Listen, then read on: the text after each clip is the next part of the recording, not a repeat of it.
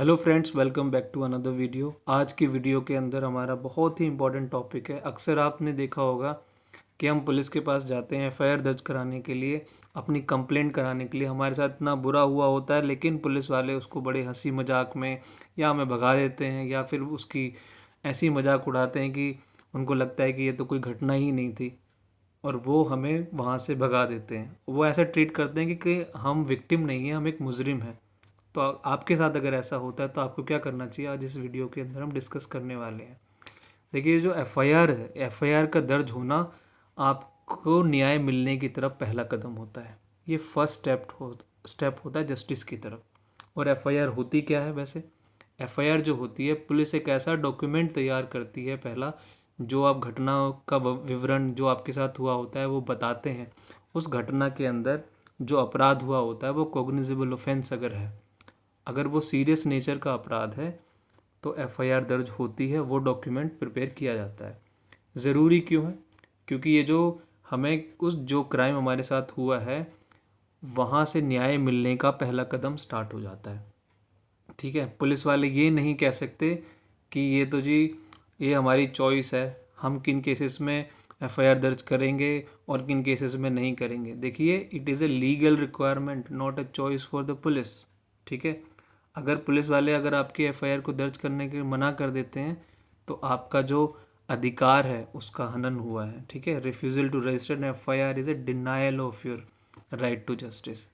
तो हम एक हम डेमोक्रेटिक देश के अंदर रहते हैं, ऐसा नहीं आपके साथ किया जा सकता। क्या पुलिस वाले कह सकते हैं कि जी एफआईआर रजिस्ट्रेशन जो एक ऑप्शनल है? क्या हम ऐसा मान सकते हैं कि जी बस एक ऑप्शनल है? देखिए, एफआईआर का दर्ज होना ऑप्शनल नहीं है अगर उसके अंदर कॉग्निजेबल ऑफेंस हुआ है। कॉग्निजेबल ऑफेंस, जैसे मैंने पहले बताया, कि वो सीरियस नेचर की घटना आपके साथ घटी है, कोई ऐसा अपराध हुआ है। ठीक है, आगे बढ़ते हैं। देखिए, अगर अब क्या हुआ आपके साथ, आप गए थाने में, एसएचओ ने मना कर दिया। अब आपको क्या करना होगा? आपको सबसे पहले क्या करना है, एक कंप्लेंट लिखनी है और आपका जो एरिया का सुपरिटेंडेंट ऑफ पुलिस है उसको स्पीड पोस्ट के थ्रू, रजिस्टर्ड पोस्ट के थ्रू वो घटना लिखित में भेज देनी है। और उसमें ये भी लिखना है कि आप थाने भी गए थे, लेकिन वहाँ पे थाने में आपकी आपकी कोई सुनवाई नहीं हुई। इसका बेसिस क्या है? देखिए, जो पुराने सेक्शन के अंदर, सीआरपीसी के अंदर सेक्शन 154 क्लोज 3 है। अब तो हम बीएनएसएस की बात करेंगे, लेकिन ये आज समझने के लिए आसान है। तो इसके अंदर ये मैंडेटरी दिया गया है कि आपको एफआईआर दर्ज करनी ही होगी।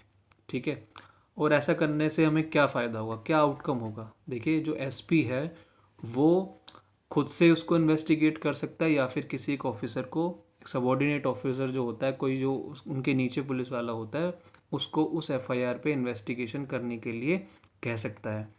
ठीक है, अब देखिए, तीसरी चीज़ क्या होती है। एसएचओ ने आपकी कंप्लेंट नहीं लिखी, एसपी ने आपकी आपकी कंप्लेंट के ऊपर कोई कार्रवाई नहीं करी, तो तीसरा जो काम होता है आपका वो आता है कि आप एक जो आपके एरिया का मजिस्ट्रेट है वहाँ आप अप्रोच करेंगे। ठीक है, एक एडवोकेट के थ्रू वहाँ आप अप्रोच करेंगे।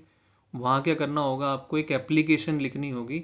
आपको बताना होगा कि जी मैं एसएचओ के पास गया था, मैंने एसपी के पास में भी कंप्लेंट दी थी, ये दोनों कंप्लेंट ये रही, इनके ऊपर कोई एक्शन नहीं हुआ है। तो यहाँ आप मजिस्ट्रेट के पास किस कानून के तौर पर आएंगे? Section 156 clause 3 of the CrPC. और आज के टाइम में बीएनएसएस है, लेकिन 156(3) बहुत फेमस टर्म है, तो इसलिए मैं इस वीडियो में भी यूज़ कर रहा हूँ। ठीक है, अब ये जो पावर है, the magistrate has the authority to order the police to register the FIR and conduct a proper investigation. जो मैजिस्ट्रेट होते हैं आपके एरिया के, उनके पास ये पूरी पावर होती है कि वो पुलिस को कहेगी कि एफआईआर दर्ज करो, प्रॉपर इन्वेस्टिगेशन करो। ठीक है, अब आगे, why the offence type matters. अपराध के जो ये प्रकार हैं, अभी मैंने आपको ऊपर बताया, cognizable offence, non cognizable offence. देखिए, इसको हिंदी में कहते हैं संज्ञेय अपराध। These are serious crime. Example के तौर पर थेफ्ट हो गया, रॉबरी हो गया, मर्डर हो गया। Police must register an FIR and can arrest without A warrant. ऐसे केसेस के अंदर जो सीरियस नेचर के हैं, पुलिस को अरेस्ट करना ही पड़ेगा। ठीक है, और ये जो कहा गया था ललिता कुमारी की बहुत फेमस जजमेंट है, बहुत इस जजमेंट के तौर पे इस जजमेंट में ये बात क्लियर करी गई थी कि इस तरह के केसेस होंगे, तो आप ऐसे नहीं कह सकते जी ऑप्शनल है एफआईआर दर्ज करना। ठीक है, अगर वो अपराध नॉन कॉग्निजेबल ऑफेंस हुआ, असंज्ञेय अपराध हुआ, these are less serious nature, बहुत ही मतलब ज़्यादा सीरियस नेचर के नहीं होते हैं, सिंपल किसी ने आपको धक्का मुक्की कर दी, थप्पड़ वगैरह मार दिया, मानहानि डेफेमेशन हो गया, ठीक है, police enter this in a non cognizable register, जिसको हम एनसीआर कहते हैं।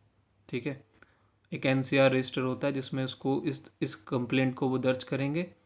इसको हम एफआईआर का दर्जा नहीं देंगे, इट्स नॉट एन एफआईआर। ठीक है, क्योंकि पुलिस के पास पावर नहीं है, विदाउट दी प्रॉपर अथॉरिटी, जो मजिस्ट्रेट का जो ऑर्डर है उसके बिना ये इन्वेस्टिगेट नहीं कर सकते। ठीक है, आगे चलते हैं। ऑल्टरनेटिव प्राइवेट कंप्लेंट, अगर मान लीजिए अब एसएचओ को भी ये कंप्लेंट पे कुछ कोई कार्रवाई नहीं करी, एसपी ने भी नहीं करी, अब जो आपके जो मैजिस्ट्रेट हैं, जो जज साहब हैं, उन्होंने भी मना कर दिया, उनको भी लगा कि जी एफआईआर की ज़रूरत है नहीं। ठीक है, तो ऐसा नहीं कि आपकी कंप्लेंट के ऊपर कुछ भी नहीं होगा, इस कंप्लेंट को अब प्राइवेट कंप्लेंट में दर्ज कर दिया जाएगा। अब इसमें क्या होगा कि जैसे कि राम और श्याम का मुकदमा है, ठीक है, राम ने मुकदमा करा है श्याम के ऊपर, तो इस केस का जो टाइटल रहेगा वो रहेगा राम वर्सेस श्याम। लेकिन अगर इसमें एफआईआर दर्ज हो जाती तो यहाँ पे केस का टाइटल हो जाता द स्टेट वर्सेस श्याम, क्योंकि श्याम ने जो क्राइम किया है वो सिर्फ राम के खिलाफ नहीं किया है, उसने पूरी सोसाइटी, पूरे स्टेट के खिलाफ किया है। ठीक है, you can also choose to bypass the police investigation route entirely. What is it, ये क्या है? File a private complaint directly to the magistrate under section 190 and 200 of the CrPC. देखिए, एक तो ऐसा हो सकता था कि तीनों केसेस के अंदर, जैसे मैंने कहा कि एसएचओ ने भी, एसपी ने भी और मजिस्ट्रेट ने भी मना कर दिया और उसको प्राइवेट कंप्लेंट में दर्ज कर लिया। और आप ये कर सकते हैं, डायरेक्ट ही सब चीज़ों को छोड़ के सीधा ही आप, आज मतलब अब तो नया नया एक्ट है, आप सीधा ही मजिस्ट्रेट के पास कंप्लेंट दर्ज कर सकते हैं इन सब चीज़ों को छोड़कर। ठीक है, उसमें लेकिन वो 200 की कंप्लेंट होगी, उसके अंदर आपको सारे अपने एविडेंसेस देने होंगे। ये how does it work? The magistrate will examine you and your witnesses on auth. If a case is made out, the magistrate can take cognizance and issue summons to the accused to face trial.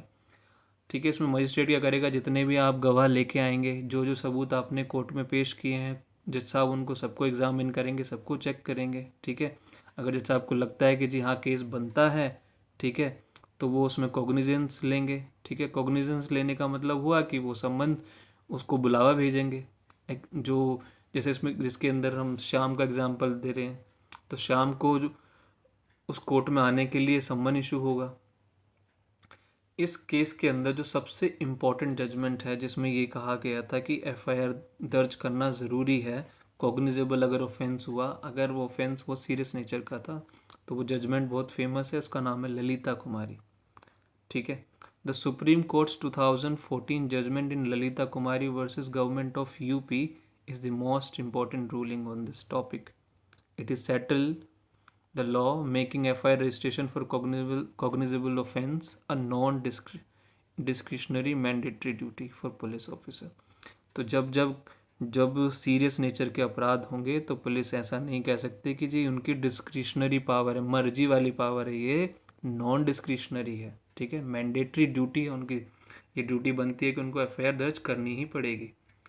ठीक है, कुछ supporting judgements हैं इसके अंदर, कुछ judgements जो जब ऐसी ऐसी घटना घटी हैं तब सुप्रीम कोर्ट ने कई केसेस के अंदर ऐसी जजमेंट्स दी हैं।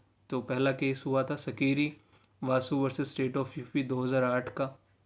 री emphasise that if police don't act the citizen must exhaust the remedy of approaching the magistrate under section 156 clause 3। इस केस के अंदर कहा था कि अगर पुलिस अपना काम नहीं करती है तो जो देश के नागरिक हैं वो रेमेडी एग्जॉस्ट का मतलब होता है कि वो उन्होंने एसएचओ के पास कंप्लेंट दे दी, एसपी के पास कंप्लेंट दे दी, ये दोनों रेमेडी, ये आपके पास ऑप्शन थे अवेलेबल, ऑप्शन नहीं बेसिकली, ये दोनों चीज़ें अवेलेबल थी, आपने दोनों अपनाई। फिर उसके बाद में आपको 156(3) सीआरपीसी के अंडर सीधे सीधे आप मजिस्ट्रेट के पास जा सकते हैं। ठीक है, फिर अगला केस है state of Haryana versus bhajan Lal 1992। affirmed the legal duty to register an FIR when a cognizable offense is disclosed if foundational case। इस केस के अंदर भी वापस से यही बात कही गई कि अगर कॉग्निजेबल ऑफेंस है तो आपको FIR दर्ज करनी ही पड़ेगी। फिर है state of Telangana versus Habib A Jilani 2017, clarified that a magistrate under section 156 clause 3 can only order the registration of FIR, not a preliminary inquiry। देखिए, लेकिन मजिस्ट्रेट के भी पास ना लिमिटेड पावर होती है, क्योंकि वो इन्वेस्टिगेशन का काम नहीं कर सकता मजिस्ट्रेट। ठीक है, इन्वेस्टिगेशन जो छानबीन है वो तो पुलिस को ही करनी पड़ेगी। तो मजिस्ट्रेट क्या कर सकता है कि जी पुलिस को कहेगा कि आप FIR दर्ज कीजिए और इसको इन्वेस्टिगेट कीजिए। मजिस्ट्रेट खुद से इंक्वायरी नहीं करने बैठ जाएगा। ठीक है, फिर कॉन्सिक्वेंसेस क्या होंगे अगर कार्रवाई ना करने पर, क्या होगा। ठीक है, सेक्शन 166A है इंडियन पीनल कोड का। ठीक है, आज के टाइम पे आपको BNS है। ठीक है, तो a public servant like a police officer who knowingly disobey any direction of the law such as refusing to register an FIR for certain serious offences can be prosecuted। देखिए, ये जो section 166A है आज के time पे, उसका substitute section भी है BNS के अंदर। ये कहते हैं कि एक लॉ है। ठीक है, और पब्लिक, ये जो पुलिस ऑफिसर है, पब्लिक सर्वेंट है, इसने जानबूझकर अपनी जो ड्यूटी थी उसको पूरा नहीं किया, जैसे कि रजिस्टर नहीं करा FIR को, और इतने सीरियस ऑफेंस के, तो ऐसे केसेस के अंदर उसको सज़ा हो सकती है 2 साल तक की। ठीक है, तो ये चीज़ आपको याद रखनी है, आपको डरने की कोई ज़रूरत नहीं है। ठीक है, तो बेसिकली हमें मोटा मोटा में क्या करना है। ठीक है, एट पुलिस स्टेशन में हम क्या करेंगे, officer in charge refuse to register FIR। ठीक है, वहाँ गए, उसके पास कॉपी लेके कंप्लेंट की, उसने नहीं करी। ठीक है, तो पहला कदम तो हमें वहाँ जाना ही पड़ेगा। ठीक है, फिर हम कहाँ जाएंगे, SP के पास जाएंगे, उसको रिटर्न कंप्लेंट देंगे। ठीक है, आप खुद से जाके विजिट कर सकते हैं, स्पीड पोस्ट कर सकते हैं। ठीक है, एक और चीज़ मैं आपको बताता हूँ, पुलिस स्टेशन में हम कभी कभी क्या करते हैं, कंप्लेंट लेने जाते हैं, उसमें रिसीविंग ही नहीं देते हैं। आपको क्या करना है, चुपचाप से अपनी कंप्लेंट लेके आ जाना है, उस थाने का एड्रेस लिखना है और उसको पोस्ट कर देना है, और उसकी जो रसीद है, ठीक है, जो स्पीड पोस्ट की पोस्टल रसीद है, उसको प्रिंट करके रख लेना है। ठीक है, जब वो डिलीवर हो जाएगा, और उसकी ओरिजिनल रसीद को रखना है। ठीक है, कोर्ट को दिखाने के लिए। पहला कदम SHO, दूसरा अपने SP के पास गए, तीसरा किसके पास जाएंगे, कोर्ट के पास जाएंगे, if not action file application with the local magistrate under section 156 clause 3। तो अगर इन दोनों ने कुछ नहीं किया तो कोर्ट के पास आएंगे। अब इनमें आउटकम क्या होगा, क्या रिजल्ट निकलेगा, magistrate orders police to register the FIR and investigate the case. ठीक है, तो इसमें क्या होता है, मजिस्ट्रेट क्या करेगा, पुलिस को ऑर्डर करेगा रजिस्टर करने के लिए FIR और इन्वेस्टिगेशन करने के लिए। अब देखिए, मैंने ये वीडियो बनाई है, लेकिन फिर भी हो सकता है कुछ चीज़ें आपके मन में बहुत सारे सवाल हो सकते हैं। ठीक है, तो आप उनको प्लीज़ उनको लिखिए, और किसी भी तरह की, ये बिल्कुल निःशुल्क, बिना कोई चार्ज किए हुए मैं आपको बिल्कुल आपके सारे कमेंट्स का जवाब दूंगा। ठीक है, और मेरा मकसद है कि आप सबके साथ में जुड़ा रहूं, और मेरी समाज के प्रति जो एक नागरिक होने की जो जिम्मेदारी है, सही नागरिक होने की जिम्मेदारी है, वो मैं निभाता रहूं। और मेरी वीडियो को प्लीज़ आप कमेंट कीजिए, अपने फ्रेंड्स और सर्कल के साथ में उसको शेयर भी कीजिए, लाइक भी कीजिए और सब्सक्राइब कीजिए। Thank you so much for watching. Have a good day.